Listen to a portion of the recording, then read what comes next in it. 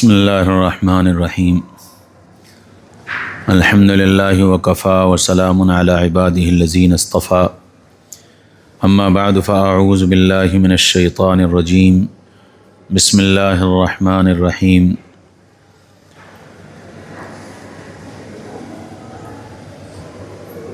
یا ایہا الذین آمنوا اتقوا اللہ وکونوا مع الصادقین صدق اللہ العظیم۔ اللہ تعالیٰ نے قرآن پاک کے اندر ہماری ہر لائن سے رہبری کی ہے، اور دنیا میں اللہ تعالیٰ نے ہم انسانوں کی زندگی میں کچھ رشتے بنائے ہیں، ماں کا رشتہ، باپ کا رشتہ، بھائی کا رشتہ، چچا، تایا، ماموں، خالہ، پھوپھی، یہ سارے وہ رشتے ہیں جو اللہ کے بنائے ہوئے ہیں، اس میں ہمارا کوئی دخل نہیں۔ کوئی آدمی اپنی مرضی سے کسی کو چچا نہیں بنا سکتا، خالہ نہیں بنا سکتا، پھوپھی نہیں بنا سکتا۔ اللہ نے جہاں ہمارے ماں باپ کا رشتہ جوڑا، اسی نسبت سے پھر ہمارے چچا اور ماموں، خالہ اور پھوپھی، دادا اور نانا سب بن گئے، ہمارا اختیار نہیں۔ ایک رشتہ ایسا ہے جس کو اللہ نے ہم انسانوں کو بنانے کا اختیار دیا ہے، اور وہ رشتہ دوستی کا ہے کہ دوست یہ تم بناؤ گے، باقی سارے رشتے اللہ بنائیں گے، اور دوستی کا رشتہ تم بناؤ گے۔ اچھا، اب دوستی کا رشتہ کیسا بناؤ؟ دوستی کس سے کرو؟ دوستوں کے ساتھ باتیں کیا کرو؟ یہ سب قرآن نے بتایا۔ تو قرآن نے کہا کہ جب دوست بنانے کی ضرورت پڑے، اور یہ چونکہ فطری جذبہ ہے، اللہ نے رکھا ہے، ہر آدمی کے اندر یہ جذبہ ہے۔ اچھا، ہر آدمی کی زندگی میں کوئی نہ کوئی اس کا ایک دوست ہوتا ہے، ایک ہو، دو ہو، چار ہو، الگ الگ مزاج ہوتے ہیں۔ بعض لوگ یار باش ہوتے ہیں تو ان کے بہت سارے دوست ہوتے ہیں، اور بعض لوگ ریزرو ہوتے ہیں، ایک آدھ دو بس۔ لیکن فطری طور سے اللہ نے ہر انسان کے اندر دوستی کا جذبہ رکھا ہے۔ تو اب اللہ نے یہ بتایا کہ دوستی کن سے کرو، کیسے لوگوں سے کرو، تو حکم دیا یا ایھا الذین آمنوا اتقوا اللہ، اے ایمان والو، دوستی کا رشتہ قائم کرنے سے پہلے ایک تو اللہ کا خیال کرنا، لحاظ رکھنا، اللہ سے ڈرنا، اور جس کو دوست بنانا اس کے بارے میں یہ اطمینان کر لینا کہ یہ آدمی سچا ہے، سچوں سے دوستی کرنا، جھوٹ بولنے والے سے، جھوٹوں سے، دھوکہ دینے والوں سے، غلط کام کرنے والوں سے، ان سے دوستی نہ کرنا۔ کیونکہ انسان کی فطرت اللہ نے یہ بنائی ہے کہ جس سے دوستی ہوتی ہے اسی کی چیزیں اس کو اچھی لگتی ہیں۔ عربی مقولہ ہے الناس علی دین خلیلہ، کہ انسان اپنے دوست کے طور و طریق کو اختیار کر لیتا ہے، اور یہ دنیا میں نظر بھی آتا ہے۔ آپ نے آج تک کبھی یہ سنا کہ کوئی بچہ سگریٹ پیتا ہوا پیدا ہوا، کہ پیدائشی طور سے اس کو سگریٹ پینے کی عادت تھی، پیدائشی طور سے اس کو گٹکا کھانے کی عادت تھی؟ آج تک نہیں سنا ہوگا آپ۔ پھر یہ عادت کہاں سے آئی؟ میں سگریٹ پینے لگا، میں گٹکا کھانے لگا، یہ عادت کہاں سے آئی؟ ظاہر بات ہے کہ کسی نے تو ہم کو سکھایا۔ اور یہ عادتیں ماں باپ نہیں سکھائیں گے، باپ چچا نہیں سکھائیں گے، خالہ پھوپھی نہیں سکھائیں گی، یہ عادتیں آئیں گی دوستوں ہی کے راستے سے، یہ عادتیں آئیں گی دوستوں ہی کے راستے سے۔ اس لیے یہ دیکھو کہ ہم دوستی کس سے کر رہے ہیں۔ قرآن نے حکم دیا ہے کہ دیکھو سچوں سے دوستی کرنا، جھوٹوں سے دوستی مت کرنا، ورنہ جھوٹ بولنے والا تم کو بھی جھوٹا بنا دے گا، دھوکہ دینے والا تم کو بھی دھوکے باز بنا دے گا، برائی میں مبتلا انسان تم کو بھی برائی کا عادی بنا دے گا، کیونکہ نفس تو ہمارے اندر بھی ہے، شیطان ہمارے پیچھے بھی لگا ہوا ہے۔ اب جب برا دوست مل جاتا ہے تو نفس اگر اتنی طاقت اس کے پاس ہے، برے دوست کے آنے کی وجہ سے اس کی طاقت اتنی ہو جاتی، برے دوست کے آنے کی وجہ سے شیطان کا کام بہت آسان ہو جاتا ہے۔ اس لیے ہم بہت جلدی نفس و شیطان کے دھوکے میں آ جاتے ہیں اور برائی کی طرف ہم چل پڑتے ہیں۔ اس لیے پہلے ہی اسٹیپ پر اللہ نے روک دیا کہ دیکھو دوستی کرنے سے پہلے اللہ کا دھیان، اللہ کا خیال، اللہ کا ڈر، اور دوسری بات جس سے دوستی کرو وہ انسان سچا ہونا چاہیے۔ پھر اللہ تعالیٰ نے یہ بتایا کہ دوستوں کے ساتھ جب بھائی دوستی کرو گے تو باتیں ہوں گی۔ اچھا باتیں کہاں سے آئیں گی؟ میری زندگی کی 1 دن 2 دن 4 دن، اس کی زندگی کی 2 دن 4 دن 6 دن، پھر باتیں تو ختم ہو جائیں گی۔ اب ظاہر بات ہے کہ جب ہماری اپنی باتیں ختم ہو جاتی ہیں تو پھر دوستوں میں دوسروں کی باتیں شروع ہوتی ہیں۔ تو قرآن نے کیا کہا؟ یا ایھا الذین آمنوا اجتنبوا کثیرا من الظن۔ دیکھو جب تم آپس میں مل کر بیٹھو گے تو تم دوسروں کی باتیں شروع کرو گے۔ کس طرح؟ جیسے مثال کے طور پر میں اور آپ یہاں بیٹھے، سامنے نگاہ پڑی، اچھا مکان بنا ہوا ہے، اور یار یہ مکان کتنا اچھا بنا ہے۔ میں نے کہا کہ یہ مکان کتنا اچھا بنا ہے۔ دوست کہنے لگا تمہیں معلوم ہے یہ کیسے بنا؟ اس نے بس اتنی بات کہی، تمہیں معلوم ہے یہ کیسے بنا؟ اب میرا اس پر کمنٹ ہوگا، ارے یار کاروبار کرتے ہوں گے، پیسہ کماتے ہوں گے۔ کہنے نہیں وہ تو صحیح ہے پیسہ کماتے ہوں گے، لیکن یار جیسا یہ کاروبار کرتے ہیں نا اس میں یہ بن نہیں سکتا، کچھ نہ کچھ 2 نمبر کو ضرور ہوتا ہوگا۔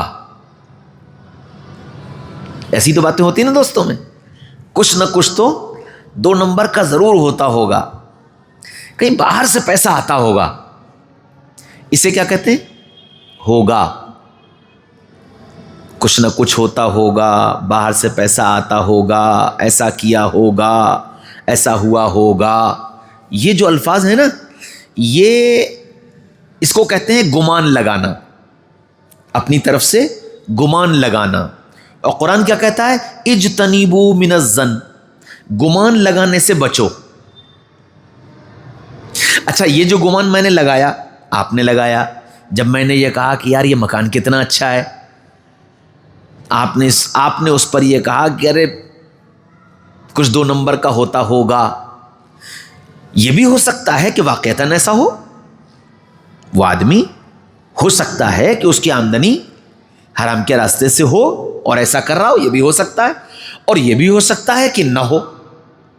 اچھا اگر اس کی آمدنی 2 نمبر کی ہے تو آپ کا گمان غلط نہیں ہے، آپ کا گمان صحیح ہے، اور اگر نہیں ہے تو آپ کا گمان غلط ہے۔ تو قرآن کیا کہہ رہا ہے؟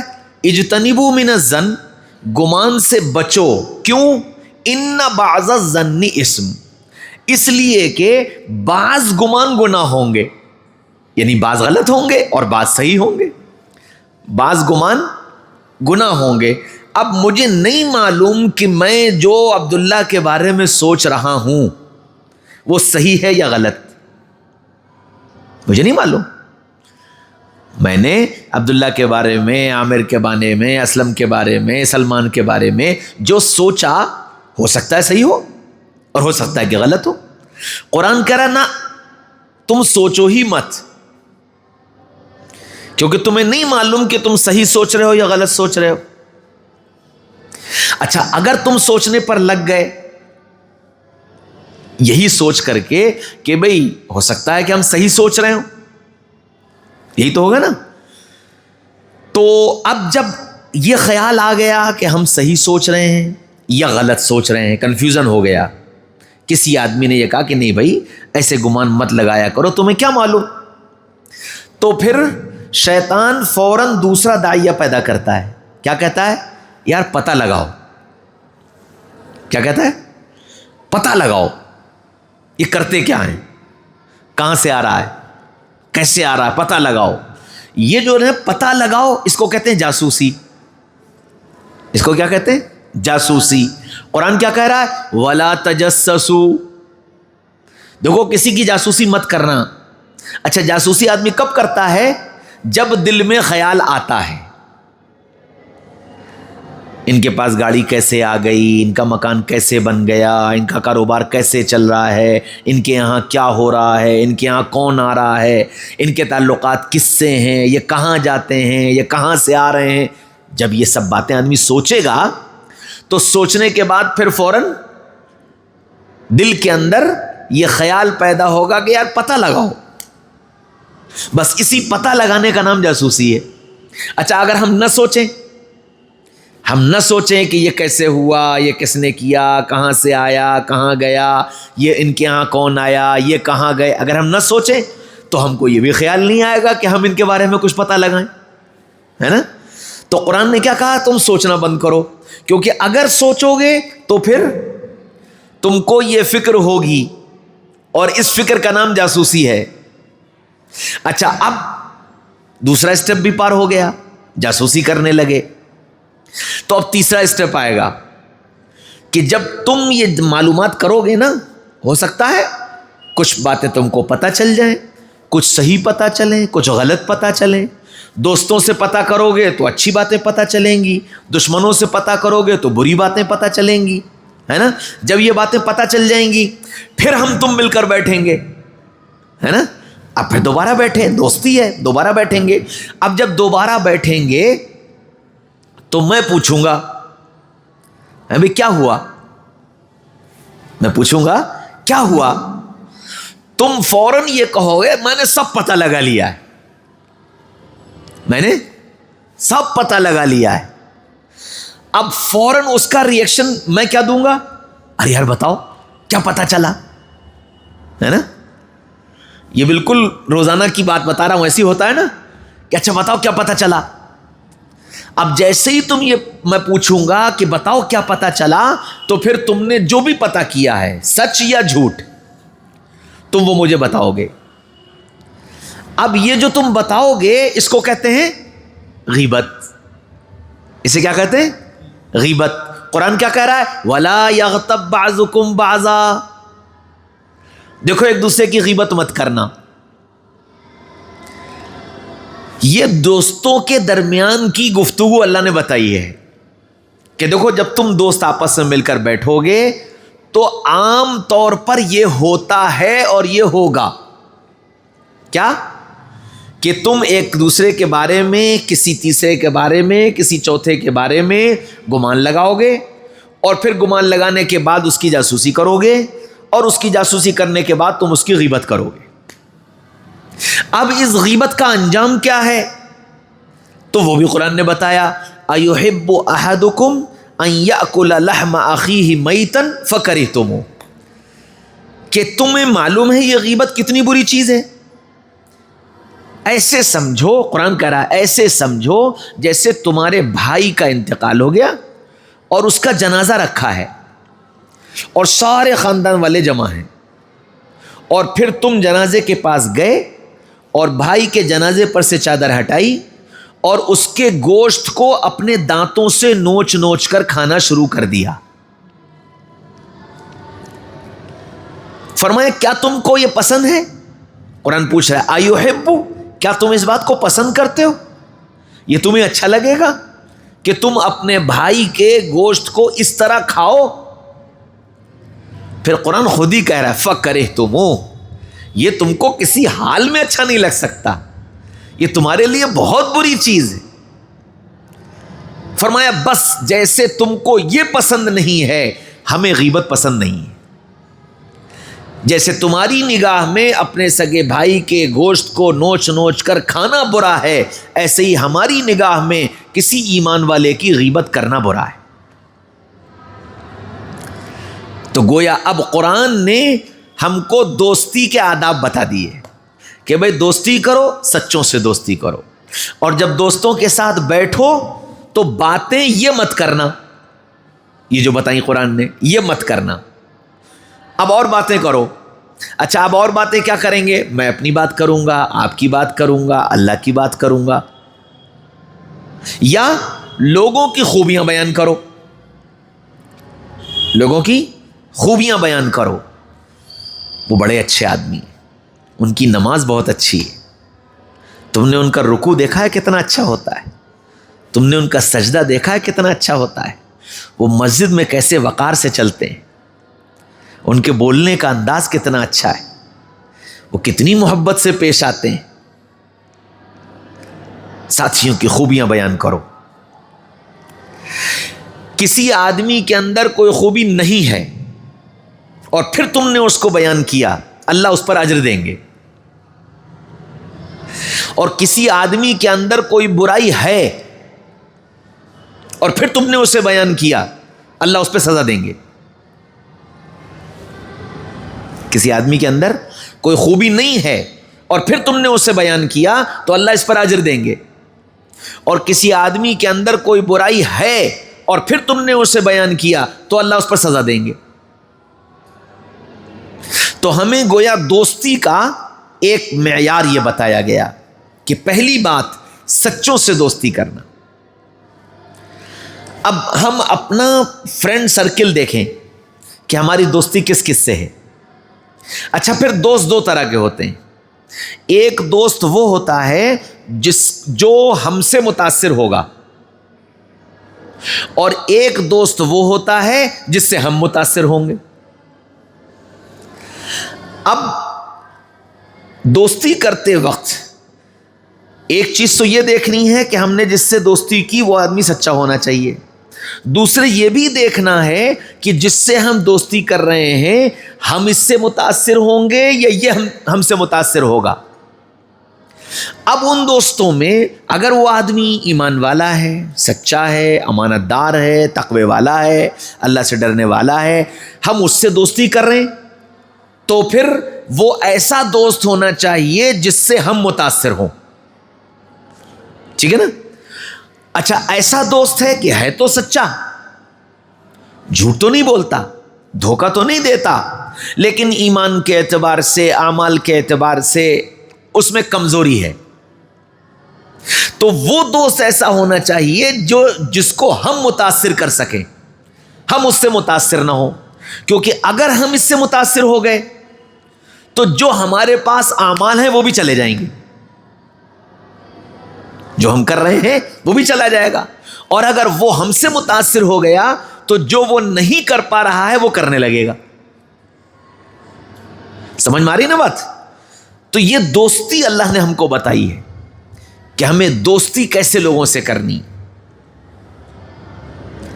اللہ کے نبی صلی اللہ علیہ وسلم نے فرمایا بخیل آدمی سے دوستی مت کرو،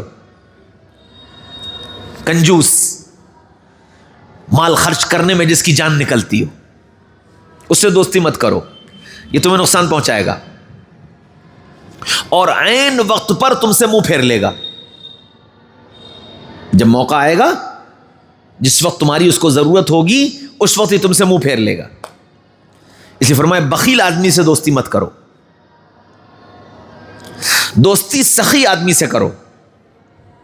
اچھا سخی سے دوستی کرنے کے لیے خود بھی سخی بننا پڑے گا. سخی سے دوستی کرنے کے لیے خود بھی سخی بننا پڑے گا.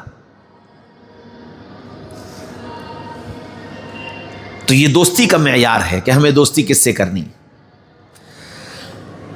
شیخ سعدی کا شعر ہے صحبت صالح تورا صالح کند، صحبت طالح تورا طالح کند. اچھوں کی دوستی تمہیں اچھا بنا دے گی اور بروں کی دوستی تمہیں برا بنا دے گی. پھر اس کی مثال دی، عطر والے کے پاس چلے جاؤ، اس کی دکان پر جا کر بیٹھ جاؤ، کچھ نہیں ملے گا تو خوشبو تو کہیں نہیں گئی، خوشبو تو کہیں نہیں گئی، خوشبو تو ہر حال میں ملے گی. چاہے تم خریدو چاہے نہ خریدو، چاہے وہ تمہارے لگائے چاہے نہ لگائے، خوشبو تو مل کر رہے گی کیونکہ عطر کی دکان ہے نا. اور لوہار کے پاس جا کر بیٹھو تو وہاں آگ خریدو نہ خریدو، کالک خریدو نہ خریدو، وہاں تم کو دھواں بھی ملے گا، وہاں تم کو چنگاری بھی ملے گی، وہاں تم کو آگ بھی ملے گی، ہر حال میں ملے گی. یہ ہو ہی نہیں سکتا کہ نہ ملے. تو اب یہ دیکھو کہ ہم کہاں بیٹھ رہے ہیں. ہم عطر والے کے پاس بیٹھ رہے ہیں یا ہم لوہا پیٹنے والے کے پاس بیٹھ رہے ہیں. ہم ایمان کے بنانے والوں کے پاس بیٹھ رہے ہیں یا ایمان کے بگاڑنے والوں کے پاس بیٹھ رہے ہیں. ہم یقین کے بنانے والوں کے پاس بیٹھ رہے ہیں یا یقین کے بگاڑنے والوں کے پاس بیٹھ رہے ہیں. ہم اللہ کا قرب دینے والے لوگوں کے پاس بیٹھ رہے ہیں یا اللہ سے دور کرنے والے لوگوں کے پاس بیٹھ رہے ہیں. ہم سنت کا اہتمام کرنے والوں کے پاس بیٹھ رہے ہیں یا ہم سنت کا مذاق اڑانے والوں کے پاس بیٹھ رہے ہیں. ہم کہاں بیٹھ رہے ہیں؟ ہماری دوستی کن لوگوں سے ہے؟ اس پر نگاہ رکھنا، کیونکہ یہ رشتہ اللہ نے ہم کو بنانے کا حکم دیا ہے اور اس رشتے میں ہماری آزمائش ہے. اچھا یہ فطری چیز ہے، یہ فطری چیز ہے، اس کو کوئی روک نہیں سکتا ہے. آپ یہ چاہو کہ جی آپ کی اولاد کسی کو دوست نہ بنائے، یہ نہیں ہو سکتا، ہو ہی نہیں سکتا. وہ دوستی تو بنائے کرے گا کہ اب کیا کرو، اب یہ دیکھو کہ وہ جس سے دوستی کر رہا ہے وہ کیسا ہے. ہمارے خالازاد بھائی اور خالازاد بہن چھوٹے تھے، اسکول پڑھنے کے لیے گئے. اسکول میں دوستی ہو گئی، جیسے ہوتی ہے دوستی ہو گئی. ایک دوست نے ہماری بہن کو اپنے گھر بلایا کہ آج ہماری برتھ ڈے ہے، ہمارے گھر آنا. تو بہن نے آ کر کے خالہ سے کہا کہ وہ آج ہماری فرینڈ کی برتھ ڈے ہے، انہوں نے ہم کو بلایا ہے، ہم چلے جائیں. تو انہوں نے کہا کہ پاپا آ جائیں، پاپا سے پوچھ کے چلی جانا. ان کے پاپا آئے. خالہ نے ہماری خالو سے کہا کہ بھئی وہ ایسے ایسے بچی کی کوئی دوست ہے، اس کی آج وہ برتھ ڈے ہے، اس نے اس کو بلایا ہے تو وہ چلی جائے. تو ہمارے خالو نے کہا کہ ہاں ٹھیک ہے تم بھی ساتھ چلی جاؤ. خالہ سے کہا کہ تم بھی ساتھ چلی جاؤ. اور دیکھو وہاں تم اس لیے جانا کہ گھر کا جائزہ لینا کہ یہ اس گھر کا ماحول کیسا ہے اور ان کے بچوں سے دوستی کر کے ہمارا بچہ بگڑے گا یا بنے گا، اس کے اندر عادتیں اچھی آئیں گی یا بری آئیں گی. اور کسی وقت اس کے پاپا سے ہم مل لیں گے. اب وہ خالہ گئیں ان کے گھر کہ وہ بچی اکیلی تھی، اکیلا آنا تھا تو اس لیے میں ساتھ آ گئی کہ چلو میں بھی چل رہی ہوں، آپ سے ملاقات ہو جائے گی، ہمارا آپ کا انٹروڈکشن ہو جائے گا اور ہماری اور آپ کی بھی دوستی ہو جائے گی. ان کے گھر پہنچ گئی. اب وہ سارے حالات کا جائزہ لے لیا. اور اس کے بعد پھر خالو اس کے لڑکی کے بچے کے باپ سے ملے، ان کا جائزہ لیا، اطمینان ہو گیا کہ نہیں بھئی یہ اچھے لوگ ہیں اور یہاں اگر ہمارا بچہ دوستی کرے گا تو انشاءاللہ فائدہ ہوگا، نقصان نہیں ہوگا. ٹھیک ہے اب دوستی کر لو، اب آنے جانے میں کوئی حرج نہیں۔ ہمارے یہاں مسئلہ کیا ہے، ہمارے فیروز آباد کا، اور اب تو عمومی طور پر سب جگہ یہی حال ہو گیا کہ بچہ گھر سے نکل جائے بلا ٹل گئی، اب وہ کہاں گیا، کہاں بیٹھا، کس کے پاس جا رہا ہے، کہاں وقت گزار رہا ہے، کیا سیکھ کے آ رہا ہے، کیا کر رہا، کوئی مطلب واسطہ نہیں۔ زندگی گزر جاتی ہے، ماں باپ کو اپنے بچوں کے دوستوں کا پتہ نہیں ہوتا، کہاں دوستی ہے، کن سے دوستی ہے، کن لوگوں کے بیچ میں ہے۔ نتیجہ پھر اولاد ہاتھ سے نکل جاتی، پھر اولاد کے اندر بگاڑ پیدا ہو جاتا ہے۔ تو سب سے پہلی چیز یہ غور کرنے کی ہے، اپنے بارے میں بھی اور اپنے بچوں کے بارے میں بھی، کہ یہ کہاں دوستی کر رہے ہیں۔ اسی وجہ سے ہمارے بڑوں نے ہم کو یہ بتایا کہ دیکھو اللہ نے انسانوں کے اندر دوستی کا جذبہ رکھا ہے، یہ دوستی ہر حال میں کریں گے، تو اپنے بچوں کے دوست تم خود بن جاؤ۔ ماں باپ اپنے بچوں کے دوست خود بن جائیں۔ اگر ماں باپ دوست بن جائیں گے تو پھر یہ بچہ باہر دوست تلاش نہیں کرے گا۔ اور دوست بننے کا مطلب کیا ہے؟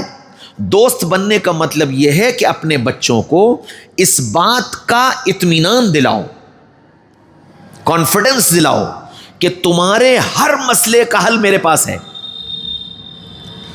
تمہاری بڑی سے بڑی پریشانی، تمہاری بڑی سے بڑی الجھن، اچھی ہو یا بری، سب کا حل میرے پاس ہے، تم مجھے بتاؤ۔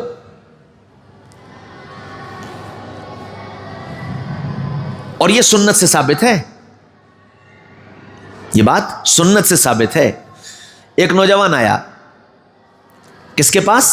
سیدنا محمد رسول اللہ صلی اللہ علیہ وسلم کے پاس۔ کہاں؟ مسجد نبوی میں۔ اب سوچو کہ اللہ کے نبی اور جگہ کون سی؟ مسجد نبوی، اور آ کر کیا کہہ رہا ہے؟ یا رسول اللہ مجھے زنا کی اجازت دے دیجئے۔ اللہ اکبر۔ ابھی کوئی آ کر کے مولانا آدم مصطفیٰ سے کہے کہ جی مولانا صاحب ذرا مجھے زنا کی اجازت دے دیجئے، تو آپ جتنے بیٹھے ہو نا سب اس کی ایسی تیسی کر دو گے، اور اگر آپ خاموش رہے تو میں اس کی ایسی تیسی کر دوں گا۔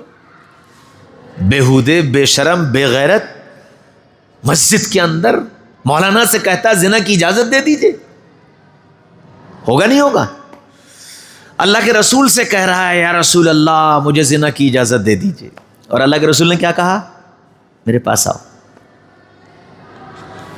وہ قریب آ گیا، اور قریب آؤ، اور قریب آؤ، اور قریب آؤ، اتنا قریب بلایا کہ گھٹنے سے گھٹنے ملا کر بٹھا لیا، اور پھر کیا کہا؟ تم کیا کہہ رہے تھے؟ یا رسول اللہ مجھے زنا کی اجازت دے دیجئے۔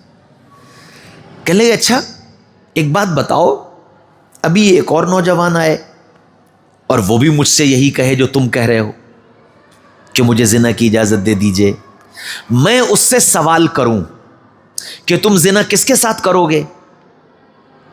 وہ تمہاری بہن کا نام لے، تو تم تیار ہو؟ کہنے یا رسول اللہ میں تو اس کی گردن مار دوں گا، اس کی مجال میری بہن کے ساتھ ایسا کرے۔ کہنے اچھا تو تم جس سے اجازت مانگنے آئے ہو وہ بھی تو کسی کی بہن ہے۔ اب وہ کہنے لگا کہ ہاں یا رسول اللہ بات تو صحیح کہہ رہے ہو۔ کہنے اچھا اگر وہ آ کر کے مجھ سے اجازت مانگے اور پھر میں اس سے پوچھوں کہ تم کس سے زنا کرو گے، وہ تمہاری خالہ کا نام لے، تو تمہیں کیسا لگے گا؟ یا رسول اللہ میں تو اس کی ایسی تیسی کر دوں گا، اس کی ہمت کیسی ہوئی میرے خالہ کا نام لینے کی؟ کہ تم جس سے اجازت مانگ رہے ہو وہ بھی تو کسی کی خالہ ہوگی۔ یوں اللہ کے رسول نے اسے رشتے گنائے، ان سے ان سے ان سے ان سے ان سے، کہ جب تم کو یہ ساری بات پسند نہیں تو اس کو کیسے پسند ہوگی؟ کہنے نہیں نہیں یا رسول اللہ نہیں، اب میں نہیں کروں گا۔ اب اس کے بعد اللہ کے رسول نے اس کے سینے پر ہاتھ رکھا اور اس کے لیے دعا کی۔ وہ مجلس سے اٹھا اور یہ کہہ کر اٹھا کہ خدا کی قسم اب میری نگاہ میں زنا سے زیادہ بری چیز کوئی ہے ہی نہیں۔ اور پھر ساری زندگی خود وہ کہا کرتے تھے وہ صحابی کہ میری زندگی میں زنا سے زیادہ بری چیز کبھی کوئی آئی ہی نہیں۔ تو یہ اللہ کے نبی نے سکھایا ہے کہ تم اپنی اولاد کو اپنے سے اتنا مانوس کر لو، اتنی اس کو محبت دو، اتنا اس کو کانفیڈنس دو، اتنا اس کو اطمینان دلاؤ، اتنا اس سے گھل مل جاؤ کہ وہ اپنا ہر مسئلہ وہ تم سے کہے۔ اچھا اب آج کل کا تو یہی مسئلہ ہے عام طور پر۔ اب اس وقت میں لڑکے اور لڑکیوں کے ساتھ جو سب سے بڑی پرابلم ہے وہ یہی، لڑکا کسی لڑکی کو پسند کرنے لگا، لڑکی کسی لڑکے کو پسند کرنے لگی، اور یہ سب باہر ہو گیا۔ اب ایک راستہ تو یہ ہے کہ آپ نے اس کو آزاد چھوڑ دیا کہ ٹھیک ہے جو جاؤ مرضی کرو، اور ایک راستہ یہ ہے کہ آپ نے ڈنڈا اٹھا لیا۔ ان دونوں راستوں میں وہ اولاد آپ کے ہاتھ سے گئی، ان دونوں راستوں میں وہ اولاد آپ کے ہاتھ سے گئی۔ اس کی بات کو سنو اور ٹھنڈے دل سے سنو، لڑکا ہو یا لڑکی، ٹھنڈے دل سے اس کی بات سنو۔ اس کی بات سننے کے بعد غور کرو، حالات پر غور کرو، اس خاندان پر غور کرو، اس بچے یا بچی پر غور کرو۔ اگر کوئی چیز ایسی نہیں ہے جس کی وجہ سے تم انکار کرو تو صرف اپنی ناک کی خاطر ان رشتوں کو مت ختم کرو، صرف اپنی ناک کی خاطر کہ نہیں صاحب میں ایسا کیسے کر سکتا ہوں، میں ایسا کیسے، ناک کی خاطر ایسے رشتے ختم مت کرو۔ ان کو یہ سمجھاؤ کہ ٹھیک ہے ہم بات کریں گے، لڑکے سے کہو کہ ہم لڑکی والوں سے بات کریں گے، لڑکی سے کہو ہم لڑکے والوں سے بات کریں گے۔ اگر تم کو یہ لگتا ہے کہ نہیں بھئی یہ چیز ہمارے لیے، ہمارے خاندان کے لیے، ہماری آئندہ نسلوں کے لیے، خود اس بچے کے لیے یا اس بچی کے لیے آئندہ کے اعتبار سے یہ بڑا نقصان دہ ہے، یہ نہیں سمجھ رہا ہے، میں سمجھ رہا ہوں، تو اب اس کو وہ ساری پرابلمز بتاؤ، اس بچے کو بھی بتاؤ، اس بچی کو بھی بتاؤ کہ دیکھو تم نے جو اپنے لیے یہ اس کو پسند کیا ہے، اس کے پیچھے خرابیاں یہ ہیں، نقصانات یہ ہیں۔ ایک تو بات یہ، دوسری بات اس کو یہ اطمینان دلاؤ کہ اس جو تم نے پسند کیا اس سے تمہاری چوائس ہماری سمجھ میں آ گئی کہ تم کیا چاہتے ہو یا تم کیا چاہتی ہو، ہم انشاءاللہ تم کو اس سے بہتر دیں گے، ہم انشاءاللہ تم کو اس سے بہتر دیں گے۔ اور اب اس کی کوشش کرو کہ جو اس کی پسند ہے اس سے بہتر اس کو دینے کی کوشش کرو، الا یہ کہ آدمی بالکل ہی بے راہ روی کا راستہ اختیار کر لے اور کفر کی طرف دوڑا چلا جائے اور بالکل، تو پھر ظاہر بات ہے کہ بھئی اس وقت پھر سوائے اس کے کوئی راستہ نہیں ہے کہ بھئی یا تو تم ایمان اس رشتے کو ختم کرو یا ہم سے رشتہ ختم کرو، یہ بالکل آخری قدم ہے۔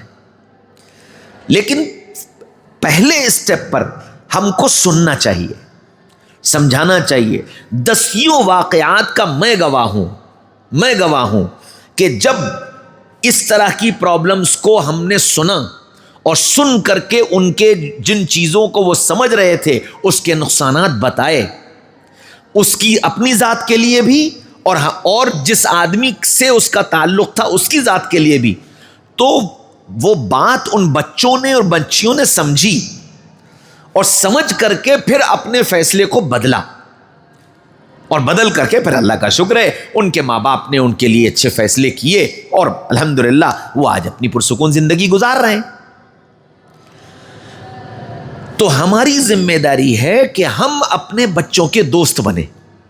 اچھا اب دوست بننے میں بھی دو پہلو ہیں، ایک تو ایسے دوست بن گئے کہ ہم نے ایک جگہ دیکھا کہ بیٹا جو ہے وہ منہ میں سگار لگایا تھا اور ابا لائٹر جلا کر کے دے رہے تھے. تو اب ایسا بھی دوست نہیں بننا ہے کہ جاؤ ساتھ بیٹھ کر کے سگریٹ پیئیں گے، ساتھ بیٹھ کر کے سگار پیئیں گے، ساتھ بیٹھ کر کے فلم دیکھیں گے، یہ بھی دوستی کا مطلب یہ بھی نہیں.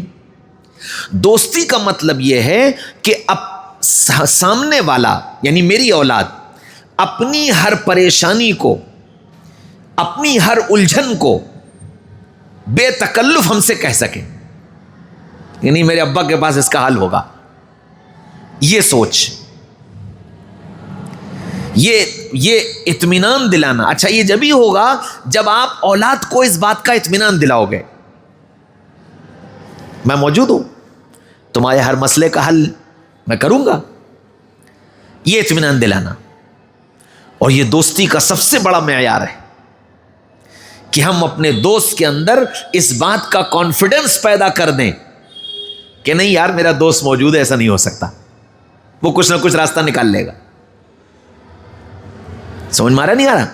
تو بچوں کے ساتھ، گھر والوں کے ساتھ یہی معاملہ، اپنی بیوی کے ساتھ، اپنے بھائیوں کے ساتھ، اپنی بہنوں کے ساتھ.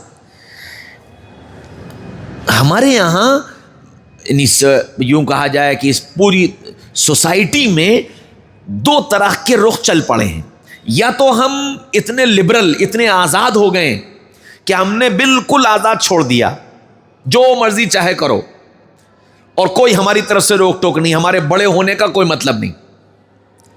اور یا ہم نے اتنا خوف مسلط کر دیا کہ وہ بیوی ہو یا بچے ہوں یا بھائی بہن ہو کہ وہ ہمارے گھر میں گھستے ہی سب کو سانپ سونگھ جاتا ہے کہ وہ ابا آ گئے، بھیا آ گئے. یہ دونوں چیزیں نقصان دہ. بالکل آزاد چھوڑ دینا یہ بھی نقصان دہ، اتنا خوف مسلط کر دینا کہ وہ اپنی زبان نہ کھول سکے یہ بھی نقصان دہ. کیونکہ اگر آزاد چھوڑ دیا تو وہ تو گئے، آج ہم سے جائیں گے، کل دین سے جائیں گے اور پتہ نہیں کہاں چلے جائیں گے. اور اگر اتنی سختی کر لی تو پھر وہ جو کچھ بھی ان کے اندر چیزیں آئیں گی وہ صرف آپ کے چہرے کے سامنے ہوں گی. جیسے ہم نے اپنی بیوی پر، بھائی بہنوں پر، بچوں پر اپنی سختی، اپنا غصہ، اپنی ڈانٹ ڈپٹ کا رعب بٹھایا، اور اس رعب میں ہم نے لا کر کے ان کو نماز پڑھو، قرآن پڑھو، یہ کرو، وہ کرو، ایسا کرو، ویسا کرو، ایسے مت جانا، ویسے مت جانا، یوں برقع پہننا، یہ کرنا، وہ کرنا. یہ سب ہم نے کیا. اب یہ اس وقت تک ہے جب تک کہ میں سامنے موجود ہوں. میں گھر سے نکلا چیزیں بدلنا شروع ہو جائیں گی، میں ہٹا شکلیں بدلنا شروع ہو جائیں گی. ان کو ہم سے الگ کہیں رہنے کا موقع ملا وہ بالکل ان کی اپنی زندگی بدل جائے گی. کیونکہ قید، ممانعت، سختی انسانی فطرت ہے. الانسان حریص فیما منع. جس کام کو منع کرو گے انسان کے اندر اسی کے کرنے کی لالچ پیدا ہوتی ہے کہ یار منع کیوں کیا ہے. تو حکمت کے ساتھ ان چیزوں سے روکنا جو نقصان دینے والی ہیں، حکمت کے ساتھ ان چیزوں کو پیدا کرنا جو اس کی زندگی کو بنانے والی، سنوارنے والی. محبت، شفقت کبھی ضرورت بھی پڑے گی. اچھا جب باپ یا ماں مستقل محبت، شفقت، پیار، سمجھانا، دیکھنا، ان کی چیزوں کو سمجھنا، جب یہ سب کرتے رہتے ہیں اور پھر کسی وقت اگر وہ اپنی آنکھ بگاڑیں، پھر کسی وقت اگر وہ غصہ ہوں، تو پھر وہ اولاد فوراً اس چیز کو سمجھتی ہے کہ ابا کبھی ایسا کرتے نہیں ہیں، آج ابا کو اتنا غصہ آیا، ضرور کوئی بات. وہ فوراً اس سے سنبھلے گا، اس سے رکے گا. کبھی ہمارے ابی، ہم لوگوں کو بچپن میں سال میں ایک آدھ مرتبہ ابی کو غصہ آتا تھا کسی بات پر، کوئی بھی جب کوئی بڑی بات ہو گئی، کچھ ہو گیا تو سال میں ایک آدھ مرتبہ وہ جو غصہ ہوتا تھا نا وہ پھر سب کچھ رائٹ ٹائم کر دیتا تھا. کیونکہ پورے سال ہنسنا، بولنا، کھیلنا، ساتھ رہنا، ہنسی مذاق کرنا، چیزوں کو سننا، چیزوں کو سمجھنا، چیزوں کو بتانا، مشورے کرنا، بہت چھوٹے چھوٹے پن سے ابی نے ہم لوگوں سے مشورے شروع کیے، آج تک کرتے ہیں، آج ہم لوگ بھی کرتے ہیں، اپنے بچوں سے بھی کرتے ہیں۔ تو ایک جب بچوں سے مشورہ کرو گے تو ان میں کانفیڈنس پیدا ہوگا، میری بھی کوئی رائے ہے، میری بات کی بھی کوئی اہمیت ہے، اس لیے مجھ سے پوچھا جا رہا ہے۔ تو یہ ساری چیزیں ایک اچھا دوست ہی پیدا کرتا ہے۔ قرآن نے دوستی کا جو ہم کو ایک گویا نمونہ دیا ہے کہ تم اس طرح سے دوستی کرو اور اس طرح کے لوگوں سے دوستی کرو، تو پھر یہ تمہاری زندگی کے اندر ایک خوبصورت سکون لائے گا۔ آپ دیکھو کہ جن لوگوں کو اللہ تعالیٰ نے سچے اور مخلص دوست دے رکھے ہیں، ان کو زندگی میں کوئی پریشانی نہیں ہوتی، بڑے سے بڑا مسئلہ آ جائے دوست کھڑا ہوتا ہے۔ یہ فیروز آباد کی بات ہے، ایک صاحب بیمار ہوئے اور ان کو کینسر ہو گیا۔ ان کا ایک دوست تھا، تو اس دوست نے یہ کہا کہ تم فکر مت کرنا۔ وہ آدمی بہت غریب تھا اور وہ دوست جو تھا وہ پیسے والا تھا۔ اس نے کہا تم فکر مت کرنا، اور یہ فیروز آباد کی وجہ بتا رہا ہوں، تم فکر مت کرنا، میں ہوں۔ اور سارا علاج اس دوست نے کیا آخر تک، اور ہر پل وہ اس کو اطمینان، بالکل تم بے فکر رہو، میں ہوں نا، میں سب کروں گا۔ بمبئی گیا، 2 مہینے وہاں ساتھ رہا، دوستی کا حق ادا کیا۔ اب بتاؤ ایسے دوست، تو جو کہا اللہ کے نبی نے کہا نا بخیل سے دوستی مت کرنا، جب ایسا حال آئے گا تو دوست منہ موڑ لے گا۔ دوست وہ ہے جو جب دوستی کرے تو پھر نبھائے کہ بھئی ٹھیک ہے، میں جس لائق ہوں، جیسا بھی ہوں، کروں گا۔ اور دین کے اعتبار سے ہمیشہ ہم جس سے دوستی کر رہے ہیں، اگر ہمارا دینی معیار بلند ہے تو ہم اپنے دوست کو اپنے سے متاثر کریں، اس سے متاثر نہ ہوں، اور اگر دوست کا معیار بلند ہے تو پھر ہم اس سے متاثر ہوں، اپنے سے اسے متاثر نہ کریں۔ یعنی مطلب کیا ہے؟ مثال کے طور پر ہماری دوستی ایک سنت کے پابند آدمی سے ہے، تو اب ہمارا کام یہ ہے کہ ہم اس کی ان اداؤں کو پسندیدگی کی نگاہ سے دیکھیں اور اس کی ان سنتوں کے اہتمام سے ہم خوش ہوں کہ یار تم کتنی اچھی زندگی گزارتے ہو، یار دعا کرو اللہ مجھے بھی ایسی زندگی گزارنے کی توفیق دے دے، یار بتاؤ یہ کام کیسے ہو سکتا ہے، یہ کیسے ہو سکتا ہے، یہ کیسے ہو سکتا ہے۔ ان چیزوں کو اپنے اندر لانے کی کوشش کی جائے۔ اب ہماری دوستی ایسی ہے کہ ہمارا معیار بلند ہے اور سامنے والے کا معیار دینی اعتبار سے کم ہے، تو اب ہماری ذمہ داری یہ ہے کہ ہم اس کو مستقل اس بات پر ابھاریں کہ دیکھو یار اگر ہم تم یہ چاہتے ہیں کہ یہ دوستی ہماری آج نہیں موت کے بعد بھی، کل قیامت میں بھی، جنت میں بھی یہ دوستی قائم رہے، تو ہم دونوں مل کر کے اللہ اس کے رسول کے طریقے پر زندگی گزاریں۔ بولو تم میرا ساتھ دو گے اس میں؟ یہ اب ہماری ذمہ داری ہوگی۔ اگر اس طور پر اس دوستی کے رشتے کو بنایا اور نبھایا جائے گا تو یہ دوستیاں زندگی کے اندر بڑا انقلاب و تبدیلی لائیں گی، اور بہت خوشائند تبدیلی، اپنی ذات کے لیے بھی، اپنی اولاد کے لیے بھی۔ اولاد کی دوستی کا جو رشتہ ہے، اس رشتے میں ماں باپ کی بہت بڑی ذمہ داری ہے۔ اگر ماں باپ نے اولاد کے دوستوں کی خیر و خبر نہ لی اور ان کو دیکھ سمجھ کر صحیح انتخاب کرنا نہ سمجھایا اور وہ غلط ہاتھوں میں چلے گئے، تو پھر دنیا کی کوئی طاقت ہماری اولاد کو بگڑنے سے روک نہیں پائے گی، کیونکہ یہ فطری چیز ہے۔ اس لیے بہت زیادہ اس کے اہتمام کی ضرورت ہے کہ ہم اپنے کو بھی اور اپنے دوست۔ اچھا، اور ایک بات اور یاد رکھو، اگر میرے دوست بے دین ہیں، غلط ہیں، غلط عادتوں والے ہیں، غلط مزاج والے ہیں، تو پھر یہ نہیں ہو سکتا کہ میری اولاد کے دوست اچھے ہو جائیں، کیونکہ وہ تو اس کے لیے تو آئیڈیل ہم ہیں نا، اولاد کے ہیرو ہم ہیں، تو جیسے ہم ہوں گے اولاد ویسے ہی چلے گی۔ اب اگر ہم غلط لوگوں سے دوستی کیے ہوئے ہیں تو پھر ظاہر بات ہے کہ پھر اولاد بھی کرے گی، اور اگر ہماری دوستی اچھے لوگوں سے تو ہم تو ہیرو ہیں اس کے، تو پھر وہ اولاد بھی اچھے لوگوں سے دوستی کرے گی۔ اس کو ہمیں سمجھنا ہوگا۔ آج کے زمانے میں لوگ شادی اور شادی کے بعد بچے، اس کو ایک کھیل سمجھتے ہیں، تو ٹھیک ہے شادی کر لی، بچے ہو گئے، پل جائیں گے،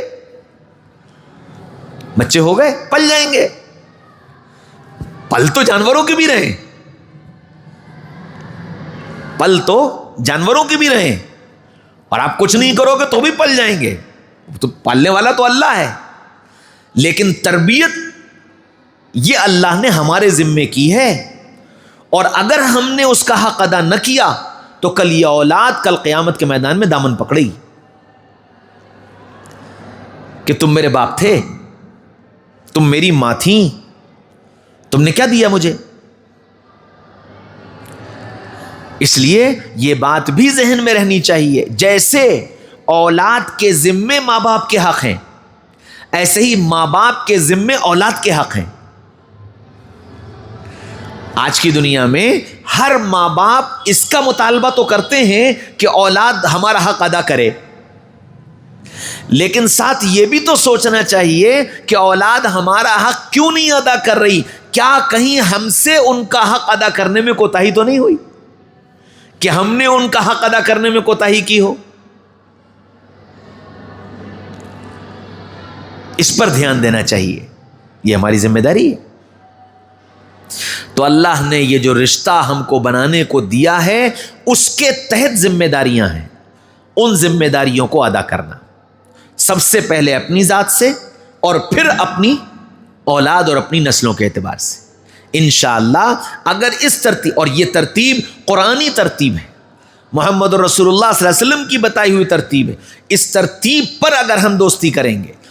ایک بات اللہ کے نبی صلی اللہ علیہ وسلم نے فرمائی کہ ایمان والا ایک جگہ سے 2 مرتبہ نہیں ڈسا جاتا، یعنی ایک آدمی جس سے ہماری دوستی تھی اس نے دھوکہ دے دیا، تو اب دوبارہ یہ آدمی اس کے چکر میں نہیں آئے گا کہ جی پھر دوبارہ نہ۔ مومن کو اللہ نے فراست دی ہے، سمجھ دی ہے کہ جب اس بات کا اطمینان ہو جائے کہ یہ آدمی گڑبڑ ہے تو کنارہ کشی اختیار کر لے، خاموشی اختیار کر لے کہ نہ، یہ آج دھوکہ دیا ہے کل پھر دے گا، آج اس نے ایسا کیا ہے کل پھر کرے گا، اس کی فطرت ہے، عادت ہے، اس لیے اپنے کو اس سے بچاؤ۔ فوراً اپنے کو کنارہ کش کر لینا چاہیے، اور کنارہ کشی کیا ہے؟ السلام علیکم، وعلیکم السلام، بس، اس سے زیادہ نہیں، کیونکہ مومن 2 مرتبہ ایک جگہ سے نقصان نہیں اٹھا سکتا۔ بہت سمجھداری کے ساتھ، ہم للو پنجو بے وقوف نہیں ہیں کہ جس کا دل چاہے ٹوپی پہنا کے چلا جائے۔ سمجھداری کی زندگی، فراست کی زندگی، دور تک نگاہ رکھ کر زندگی گزارنا، یہ ایمان والوں کو فطرتاً دیا گیا ہے۔ اس لیے بہت جلدی اعتماد کر لینا، بہت جلدی بھروسہ کر لینا، یہ اسلامی مزاج نہیں ہے۔ اللہ کے نبی صلی اللہ علیہ وسلم نے دوستوں کو پرکھنے کے لیے کا طریقہ بتایا ہے کہ جب تم کسی کے بارے میں اچھے ہونے کی گواہی دو تو پہلے یہ بتاؤ کہ تم نے اس کے ساتھ سفر کیا ہے یا تم نے اس کے ساتھ معاملات کیے ہیں، لین دین کیا ہے. یہاں پتہ چلے گا کہ یہ آدمی کیسا ہے، لین دین میں کیسا ہے، وعدے کی پابندی میں کیسا ہے، سفر میں کیسا ہے. سفر میں آدمی، کیونکہ ہر سفر میں ہر طرح کے حالات آتے ہیں، کبھی سخت آئیں گے، کبھی اچھے آئیں گے، کبھی کچھ ہوگا، دسیوں طرح کے حالات آئیں گے. ان حالات میں پتہ چلے گا کہ دوست کیسا ہے. ہاں، اور اسی سفر میں بہت ساری چیزیں اللہ تعالیٰ تربیت کی بھی نکال دیتے ہیں. ابھی تازہ سناؤں میں آپ کو، میں گیا پرسوں سنیچر اتوار میں کلکتہ گیا تھا، تو وہاں ایک صاحب بیچارے بہت محبت کرتے ہیں. آج میرے جانے سے پہلے ان کے فون آنا شروع ہو گیا کہ مول صاحب میرے گھر، مول صاحب میرے گھر. میں نے کہا اچھا ٹھیک ہے چلیں گے. مجھے کلکتہ سے بھونیشور جانا تھا اور بائی روڈ جانا تھا. وہ ان لوگوں نے انتظام کیا تھا گاڑی کا، سب بہت آرام دہ گاڑی کا انتظام کیا. لیکن یہ ہمارا دوست جو تھا، مطلب جو ہم سے محبت کرنے والا، اس نے کہا کہ جو مول صاحب میں آپ کو لے کے چلوں گا. اب میں نے سوچا بیچارہ اتنی محبت کا اظہار کر رہا ہے، تو میں نے ان لوگوں سے کہہ دیا، میں نے کہا بھائی تم رہنے دو، گاڑی کو اپنے منع کر دو، یہ کہہ رہا ہے میں اس کے ساتھ آ جاؤں. خیر چلے صاحب. اب وہ اس کی وہ ویگنار گاڑی اور سی این جی والی اور 14 سال پرانی گاڑی، ہر چیز اس کی بول رہی تھی سوائے ہارن کے، اور 250 کلومیٹر کا سفر. خیر وہ اپنا سفر میں تو ہوتا ہے، چلتے رہے. اب اس کے بعد اس کا یہ اصرار کہ صاحب مول صاحب میرے گھر ٹھہریے گا، میرا گھر ایئرپورٹ کے بالکل قریب ہے، میں صبح آپ کو ایئرپورٹ پہنچا دوں گا. میں نے کہا چلو بھائی. جن کے یہاں میں گیا تھا انہوں نے سب ہمارا انتظام کر رکھا تھا. میں نے کہا نہیں بھائی وہ بیچارہ محبت میں کہہ رہا ہے، چلو اسی کے یہاں ٹھہر جائیں گے. اب وہ صاحب ہم اس کے گھر پہنچا. اب اس کے گھر جو ہم پہنچے تو وہ شاید 1.5-2 مہینے سے تو اس کا گھر بند تھا. بیوی بچے اس کے کلکتہ میں تھے، یہاں اس کا گھر بند تھا. اور وہ گھر بھی ایک وہ کیا کہلاتی ہے وہ بمبئی میں جو ہوتی ہے جھوپڑ پٹی ٹائپ، وہ اس طرح کا گھر. اور اچھا وہ بھی خود ایک اس کا کام کرنے والا تھا جو یہ لکڑی کا کام وام کرتے ہیں اس کا. تو اب بھیا وہ جو ہم وہاں اس نے ہم کو بستر پر لٹالا، اور لٹال کر کے جو اس نے کمبل دیا مجھے اوڑھنے کے لیے، اوہ میں تو اپنے پیروں پہ ڈالے اور یہ انتظار کرتا رہا کہ اللہ صبح کب ہوگی. تب میں نے سوچا، میں نے کہا میاں صوفی اللہ نے تمہاری تربیت کر دی. ہاں بہت دماغ خراب تھے، اللہ نے تربیت کر دی، ایک جھٹکے میں ہی سمجھا دیا کہ. تو یہ جب آدمی سفر کرتا ہے، ساتھ رہتا ہے، مزاج مختلف مزاج ہوتے ہیں، مختلف طبیعتیں ہوتی ہیں، وہ پھر اندازہ ہوتا ہے اس سے کہ ہم کس مزاج کے ہیں، یہ کس مزاج کا ہے، یہ کیا کرے گا، کیا سمجھے گا، کیا نہیں سمجھے گا. بہت بڑی چیز ہوتی ہے کہ ہم کو یہ سمجھنا کہ کس وقت ہم کو کس کے ساتھ کیا معاملہ کرنا ہے. یہ بہت بڑی چیز ہے. اور جو اچھے تربیت یافتہ لوگ ہوتے ہیں ان کے یہاں بھی جانا ہوا. ایک صاحب کے یہاں ہم گئے، ماشاءاللہ وہ بڑے تربیت یافتہ قسم کے لوگ تھے.